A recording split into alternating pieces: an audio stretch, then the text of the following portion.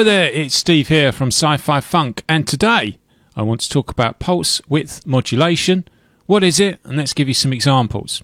And by the way, for the rest of the series I'm going to have this lead connected to frequency CV so that everything is velocity sensitive on the filter when we play. So, pulse width modulation is the fatness or phase of the square wave.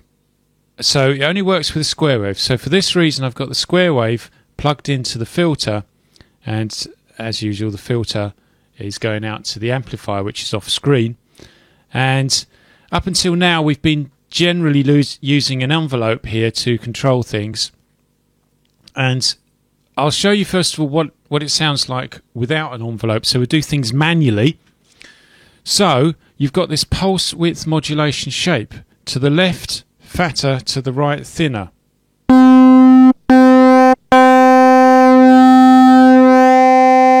can hear it thinner.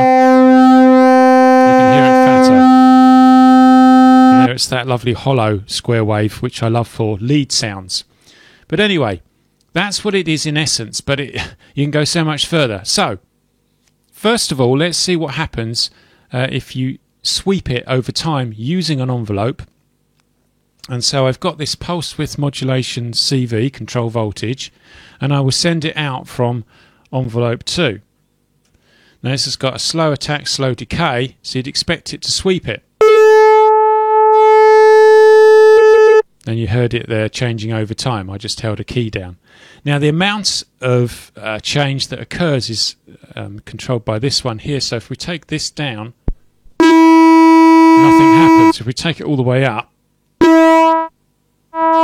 it comes back and it goes away and comes back again, and that is because we're phasing it so much that it cancels each other out. So somewhere around here is probably sensible, or make up your own mind.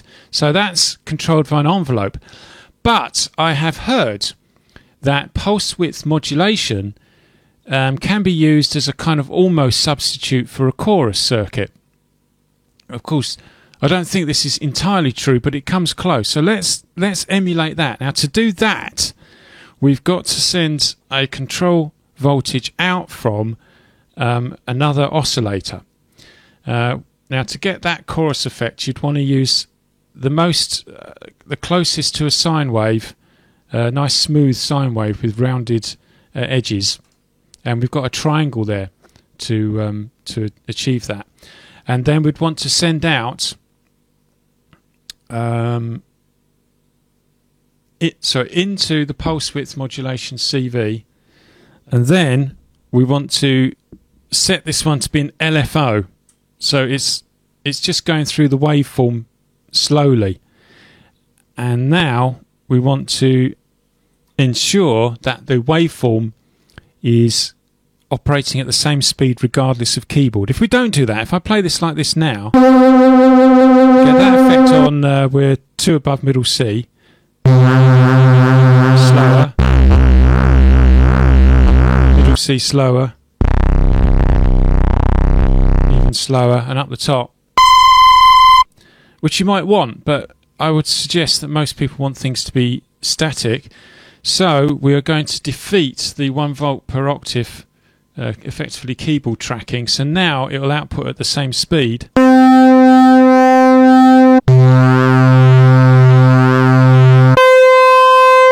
can hear the phasing is always occurring at the same speed.